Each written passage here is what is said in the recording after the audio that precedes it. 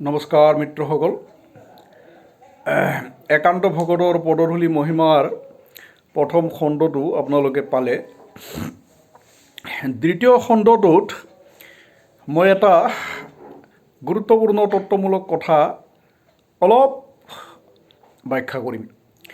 চাওক, বেদান্তৰ ব্ৰহ্মজ্ঞান হওক বা ভাগৱত শাস্ত্ৰৰ প্ৰেম ভক্তি হওক, ভগৱত প্ৰেম হওক বা ব্ৰহ্ম জ্ঞান হওক, যৌগিক জ্ঞানীসকলৰ পৰম লক্ষ্য ব্ৰহ্মজ্ঞান, ব্ৰহ্মবোধ, আত্মবোধ, কৈবল্যবোধ, আৰু ভক্তৰ লক্ষ্য হৈছে ভগৱত প্ৰেম।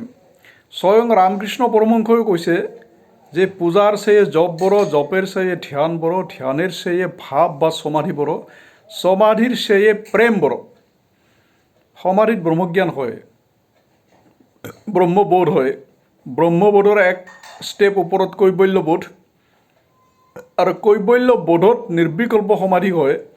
তেতিয়া যোগিক জ্ঞানীসকলে ঈশ্বৰ ইচ্ছাত যদি সেই সমাধিৰ পৰা পুনৰ পৃথিৱীলৈ নামি আহিব পাৰে, চেতন ভূমিলৈ বা জাগ্ৰত ভূমিলৈ পুনৰ যদি নামি আহিব পাৰে সেই অতি মানসিক ভূমিৰ পৰা, তেতিয়াহ'লে তেওঁলোকক সৎগুৰু বুলি কোৱা হয়, তত্ত্বদৰ্শী সৎগুৰু বুলি কোৱা হয়। তেওঁলোকৰ ক্ষুদ্ৰ অহংটো অনন্ত অহংৰ লগত মিলি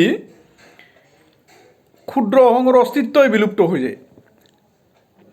যেনেকুৱা কৰি সাগৰত এক চামুচ নিমখ দিলে বা নিমখৰ পুতলা এটা দিলে সি আৰু পুনৰ নিমখৰ পুতলা হৈ ফিৰি নাহে, সি অনন্ত নিমখীয়া সাগৰৰ পানীৰ মাজত সাগৰ হৈ গ'ল।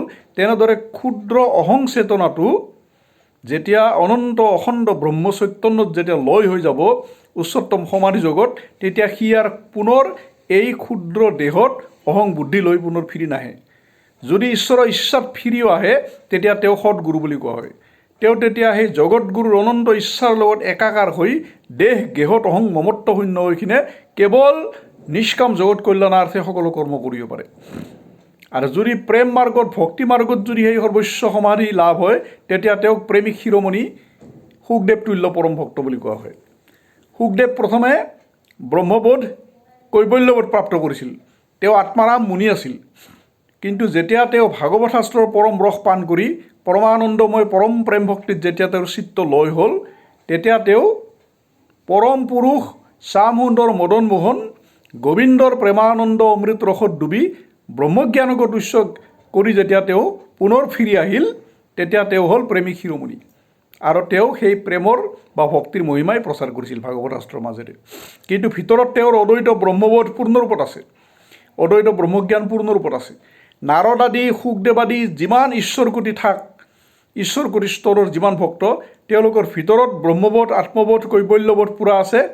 কিন্তু তেওঁলোকে পৰম প্ৰেমানন্দৰ সাগৰত ডুবি তেওঁলোকে সেই ব্ৰহ্মবোধকো যেন তুষ্য জ্ঞান কৰিছে, সেই ব্ৰহ্মানন্দকো তেওঁলোকে যেন তুষ্য জ্ঞান কৰিছে, তেওঁলোকে যেন আত্মবোধকো যেন তুষ্য বোধ কৰিছে। চাওক, কোনো সাধনাৰ বলত কিন্তু ব্ৰহ্মবোধ প্ৰাপ্ত কৰা নাযায়, কোনো সাধনাৰ বলত কিন্তু ব্ৰহ্মজ্ঞান প্ৰাপ্ত কৰা নাযায়, আৰু প্ৰেম ভক্তিও প্ৰাপ্ত কৰা নাযায়। এইটো কথা বাৰম্বাৰ কৈছে, চৈতন্য চৰিতামৃতত বাৰম্বাৰ কৈছে যে নিত্য সিদ্ধ কৃষ্ণ প্ৰেম কভু সাধ্য নয়। সাধ্য মানে সাধনাৰ বলত লাভ কৰা বস্তু। এতিয়া আমাৰ ভকত মাত্ৰৰে এটা কিন্তু ভ্ৰান্ত ধাৰণা আছে যে শ্ৰৱণ কীৰ্তন আদি বিভিন্ন উপায় অৱলম্বন কৰি প্ৰেম লাভ কৰিম, ভক্তি লাভ কৰিম, গোবিন্দৰ চৰণত সেই পৰম প্ৰেম পৰাভক্তি লাভ কৰিম। অসম্ভৱ। আৰু বহুতৰে অধিকাংশৰে ভ্ৰান্ত ধাৰণা আছে যে কৃষ্ণ সাধনা কৰি, যোগ সাধনা, মন্ত্ৰ সাধনা, তন্ত্ৰ সাধনা, জ্ঞান সাধনা, শ্ৰৱণ মনন নিদিধ্যাসন আদি কৰি ব্ৰহ্মজ্ঞান প্ৰাপ্ত কৰিম। ভ্ৰান্ত সাধন। কাৰণ বাৰম্বাৰ কোৱা হৈছে সৰ্বশাস্ত্ৰই যে সাধনাৰ বলত যেনেকৈ ব্ৰহ্মজ্ঞান লাভ নহয়, সাধনাৰ বলত প্ৰেম ভক্তি ভগৱত প্ৰেম একোৱেই লাভ নহয়। এতিয়া সাধনাৰ লক্ষ্য, সাধনাৰ উদ্দেশ্য হৈছে অনাদি জন্মৰ যি কৰ্ম বীজ, কৰ্ম জঞ্জাল, কৰ্ম মহা অৰণ্য, তাক জ্বলাই ভস্ম কৰি দিয়া। অনাদি জন্মৰ যি অজ্ঞান আৱৰণ, অবিদ্যাৰ আৱৰণ, সেই আৱৰণ উন্মোচিত কৰি অনাদি জন্মৰ কৰ্ম, অবিদ্যা, অজ্ঞান মল ভস্ম কৰি চিত্তক পূৰ্ণৰূপে শুদ্ধ কৰি চিত্তক চিতি বনাই দিয়া। চিতি মানে অখণ্ড চৈতন্য। যেতিয়া চিত্তৰ মাজত থকা অনাদি জন্মৰ কৰ্মমল, অনাদি জন্মৰ কৰ্ম আৱৰণ, অনাদি জন্মৰ দেহ গেহত অহং মহত্বৰূপী অজ্ঞান অবিদ্যাৰ আৱৰণ যেতিয়া জ্বলি ছাই হৈ গ'ল তেতিয়া চিত্ত বিলয় হৈ কি হ'ল চৈতন্য বা চিতি হৈ গ'ল যেতিয়া চিত্ত বিলয় হৈ চিতি বা চৈতন্য হৈ গ'ল তেতিয়া ভিতৰত থকা আত্মবোধ নিজে নিজে জাগ্ৰত হ'ল ভিতৰত থকা ব্ৰহ্মবোধ নিজে নিজে জাগ্ৰত হ'ল ভিতৰত থকা আত্মজ্ঞান ব্ৰহ্মজ্ঞান নিজে নিজে জাগৰিত হ'ল যদি তেওঁৰ গুৰু যদি প্ৰেমিক শিৰোমণি হয় আৰু তেওঁৰ সাধন যদি ভক্তি হয় শ্ৰৱণ কীৰ্তন অৰ্চন বন্দনা আদি উপায়ে তেওঁ যদি ভক্তি মাৰ্গেৰে গৈছে তেতিয়াহ'লে এই ক্ষেত্ৰত তেওঁৰ কি হ'ব তেওঁৰ যেতিয়া চিত্তৰ পূৰ্ণ শোধন হ'ব তাৰপিছত কি হ'ব তেওঁৰ আত্মাৰ স্বৰূপ যি ভগৱত প্ৰেম পৰম প্ৰেম এইটো হৈছে আত্মাৰ স্বৰূপ সেই স্বৰূপ পৰম প্ৰেম নিজে নিজে বেগত হ'ল তাৰমানে কোনো সাধনাৰ বলত প্ৰেম লাভ কৰা নাই তেওঁ কোনো সাধনাৰ বলত তেওঁ ভক্তি লাভ কৰা নাই ভক্তি আত্মাৰ ধৰ্ম প্ৰেম আত্মাৰ ধৰ্ম বা স্বৰূপ তেওঁ মাত্ৰ আৱৰণহে উন্মোচন কৰিলে অনাদি জন্মৰ কৰ্ম বীজ কৰ্ম জঞ্জাল কৰ্ম মহাৰণ্য জ্বলাই দি আত্মাৰ যি আৱৰণ আছিল অজ্ঞান আৰু অবিদ্যাৰূপী যি আৱৰণ সেই আৱৰণ যেতিয়া তেওঁ উন্মোচিত কৰিলে তেতিয়া ভিতৰত থকা পৰম প্ৰেম পৰাভক্তি নিজে নিজে প্ৰকাশ হ'ল চৈতন্য সূৰ্য সদায় জ্বলি আছে কিন্তু মেঘৰ কাৰণে চৈতন্য সূৰ্যক দেখা পোৱা নাই নামঘোষাত স্পষ্ট হৈ আছে যেতিয়া মেঘ দূৰ হৈ গ'ল চৈতন্য সূৰ্য স্বয়ং প্ৰকাশ নিজে নিজে প্ৰকাশিত হৈ গ'ল গতিকে যিজন একান্ত ভকত চাব দেই তেওঁৰ হৃদয়ত চৈতন্য সূৰ্য প্ৰকাশ হৈছে তেওঁৰ হৃদয়ত আত্মবোধ ব্ৰহ্মবোধ কৈবল্যবোধ আছে তেওঁ পৰম প্ৰেমৰ মহাসাগৰত ডুবি তেওঁ ব্ৰহ্মজ্ঞানকো তেওঁ তুচ্ছ বুলি বোধ কৰিছে যিটো ৰামকৃষ্ণই বাৰম্বাৰ কৈ থৈ গৈছে গতিকে ব্ৰহ্মজ্ঞান ব্ৰহ্মানন্দও তেওঁৰ মনত তুচ্ছ বোধ হৈছে আৰু বিষয়ৰ আনন্দটো কথাই নাই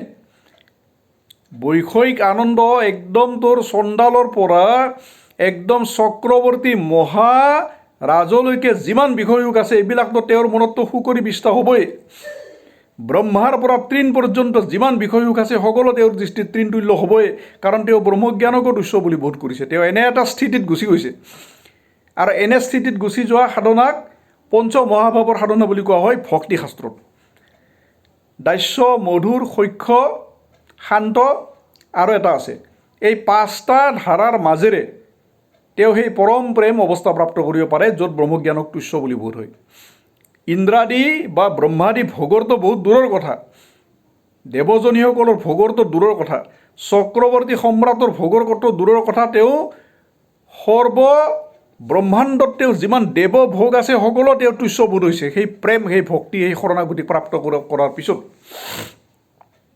গতিকে সেইজন ভকত যিজনে সেই স্থিতি লাভ কৰিছে সেই স্থিতি লাভ কৰা ভকতজনৰ শৰীৰৰ সাতটা ধাতু ব্ৰহ্মময় ৰস ব্ৰহ্মময় ৰক্ত ব্ৰহ্মময় মাংস বেদ অস্থি মজ্জা শুক্ৰ সমস্ত ব্ৰহ্মময় সমস্ত চৈতন্যময় সমস্ত বিদ্যুৎ চৈতন্য বিদ্যুতৰ দ্বাৰা অহৰ্নিশে স্পন্দিত গতিকে তেওঁৰ পদৰ ধূলিও চৈতন্য বিদ্যুতৰ দ্বাৰা স্পন্দিত তেওঁৰ পদৰ ধূলিৰ মাজতো পৰম দিব্যত্ব পৰম শিৱত্ব পৰম সচ্চিদানন্দত্ব তেওঁৰ সেই পদৰ ধূলিৰ মাজত আহি গৈছে চাব দে গোটেই কথাবিলাক আলংকাৰিক কিন্তু তেওঁ যিফালে দৃষ্টি দিয়ে মধুময় মধুৰ তেওঁৰ দৃষ্টি মধুৰ তেওঁ যিফালে দৃষ্টি পৰিব তেওঁৰ সেইফালে মধুৰ তেওঁৰ শৰীৰৰ মল মূত্ৰও আনকি ব্ৰহ্মময় শাৰদা দেৱীৰ এনে এটা বাক্য আছে যে য'ত সাধু মহাত্মাসকলে মল ত্যাগ কৰে সেই ঠাইৰ পৰা যদি বতাহ যদি বলি যায় সেই বতাহ যাৰ গাত লাগে তাৰো চিত্তৰ মলমুক্ত হয় সাধু মহাত্মাসকলৰ মল ত্যাগৰো মহিমাৰ কথা শাৰদা দেৱী কৈ থৈ গৈছে তেওঁলোকৰ শৰীৰৰ মলো চৈতন্যময়